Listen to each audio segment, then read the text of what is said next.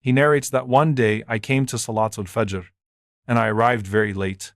So I ended up in the very back rows of the Salah. This happened during the Khilafah of Umar ibn al-Khattab. He walked into the masjid of the Prophet ﷺ to pray behind Umar. Because he came late, he was placed in the very back rows of the congregation. On that day, Umar was reciting Surah Yusuf. He began reciting the verse, "Verily I complain of my grief and of my sadness only to Allah." And he started to weep so loudly that the person narrating could hear him all the way from the back rows. There was no speaker system, no amplification, yet the weeping was audible from that far. Umar Hayman would try to collect himself and continue reciting the verse, and then he would start crying again. He would attempt to recite it once more, trying to regain composure, and then tears would flow again. This cycle repeated several times. Subhanallah, this demonstrates the deep connection and emotional intensity Umar had with the Qur'an.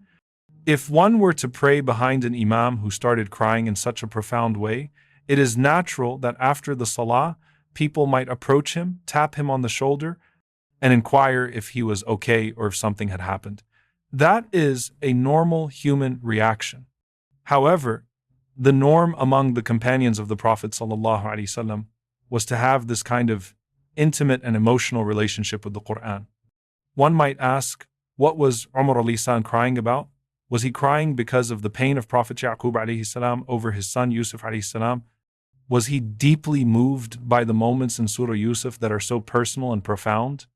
Was he reflecting on his grief for the loss of the Prophet ﷺ, whom he continued to mourn until his own passing? Or perhaps one of his children was sick, or he was silently facing a hardship that no one knew about? The truth is, it could have been any of these reasons, and indeed it could have been all of them together. This exemplifies the depth of their connection with the Qur'an. I want you to reflect on this. How many of us have found comfort in Surah Yusuf during a particularly difficult moment in our lives? It is a common experience to find solace in the story of Prophet Yusuf alayhi salam, to see the trials and tribulations he faced, and to derive hope from the eventual resolution of his difficulties. But it is not limited to Surah Yusuf alone. Different surahs speak to our hearts at different times, depending on the challenges we are facing, our spiritual state, and the particular need of our hearts at that moment. For instance, someone might find deep comfort in Surah Maryam, while another might connect with Surah Al-Hashr or Surah Al-Zumar. The Qur'an is dynamic in its ability to reach the hearts of those who engage with it sincerely. Now, an important question arises: does the Qur'an have the capacity to alleviate depression or sorrow? This question is especially relevant today, as mental health has become a major focus, particularly following the global pandemic. Issues of depression, emptiness, grief, and emotional hardship are widespread, and many seek solutions that are both spiritually and psychologically effective. We need to approach this question carefully from the perspective of our deen, as Muslims. Our belief system is unique. We believe that all goodness comes from Allah, that ultimate guidance and salvation are rooted in the oneness of Allah, and that the Messenger ﷺ provides the most complete model for navigating every aspect of life. It is critical to distinguish between prevention and restoration when discussing the Qur'an's role in our emotional and spiritual well-being.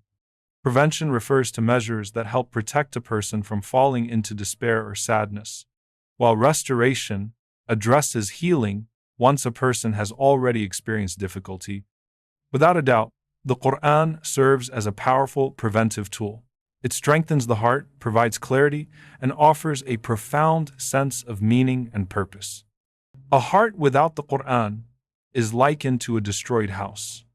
When a house is destroyed, repairing a single wall is not enough to restore it to stability. The entire foundation is compromised. Similarly, neglecting the Qur'an leaves the heart spiritually vulnerable.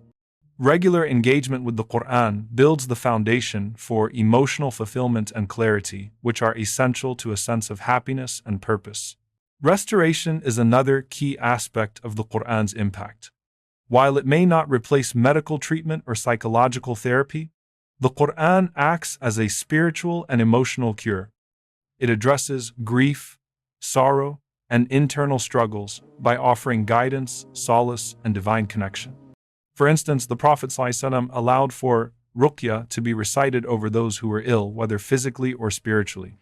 This demonstrates the permissibility and effectiveness of using the Qur'an as a means of alleviation.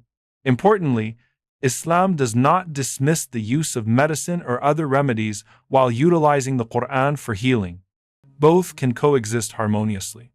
Just as physical ailments may require medication, emotional or spiritual challenges can be addressed through a combination of prayer, supplication, and engagement with the Qur'an. A profound example of spiritual restoration can be found in the use of prophetic remedies for sadness. The Prophet ﷺ instructed a woman who was experiencing grief to drink boiled barley water, demonstrating a natural, holistic method of alleviation without side effects. This shows that Islam values integrated approaches to well-being.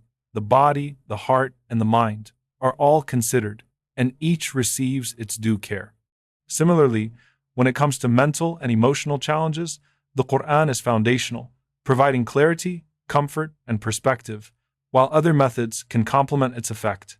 Consider the beautiful dua taught by the Prophet ﷺ for times of hardship. It is a supplication that directly asks Allah to make the Qur'an the source of relief for the heart. This supplication acknowledges servitude to Allah, affirms His justice and decree, and asks for the Qur'an to become the spring of the heart, the light of the chest, the reliever of grief, and the alleviator of distress. The wording is specific and intentional. Each phrase carries profound meaning. The heart is acknowledged as the central source of emotional life, and the Qur'an is requested to illuminate and heal it, transforming sorrow into comfort and clarity. The Prophet ﷺ encouraged the companions to recite this dua frequently. This is not a mere formality. It is a practice intended to establish a continuous connection with the Qur'an, making it a source of light and relief in every aspect of life. Engaging with the Qur'an daily, even with a small portion, gradually strengthens the heart, provides guidance, and elevates the soul. Over time, one begins to notice tangible changes: greater clarity in decision-making, a sense of purpose, emotional stability, and a closer connection with Allah. The Qur'an transforms the heart in the same way that rebuilding a destroyed house restores it to functionality and beauty. Daily engagement with the Qur'an can take many forms. One might start with 2 pages each day, gradually increasing to 5 or 10 pages, or even more, depending on personal capacity. What is essential is consistency and sincerity in approaching the Qur'an. This regularity ensures that the heart absorbs its guidance and finds solace in its words. Over time, one may find that different surahs resonate at different moments. Surah Yusuf may provide comfort during trials. Surah Maryam may inspire hope and patience. And Surah Zumar may offer guidance in spiritual reflection. The Qur'an is uniquely equipped to speak to every stage of life, addressing loss, hardship, and even moments of triumph. Its guidance is rooted in the experiences of the prophets and the actions of those most beloved to Allah, making its lessons relevant and applicable to every circumstance. The Qur'an's ability to provide clarity is unmatched. Life is full of challenges and uncertainties, and clarity is essential for navigating these obstacles. The Qur'an illuminates the path, guiding the believer through moral, spiritual, and emotional dilemmas. Its impact cannot be measured merely by human logic or scientific inquiry. It contains spiritual miracles that are eternal and transformative. Engaging with the Qur'an daily transforms the heart and mind, gradually replacing confusion, sadness, and emptiness with purpose, understanding, and serenity. In conclusion, the Qur'an serves as both a preventative measure and a restorative force. It is a source of clarity, meaning, and comfort, and it strengthens the heart against the inevitable difficulties of life. Just as the companions of the Prophet ﷺ experienced profound emotional responses to its recitation, believers today can cultivate a similarly deep connection through regular engagement and sincere reflection. The Qur'an is a living guide, addressing every situation, offering wisdom, and providing a path to emotional and spiritual fulfillment.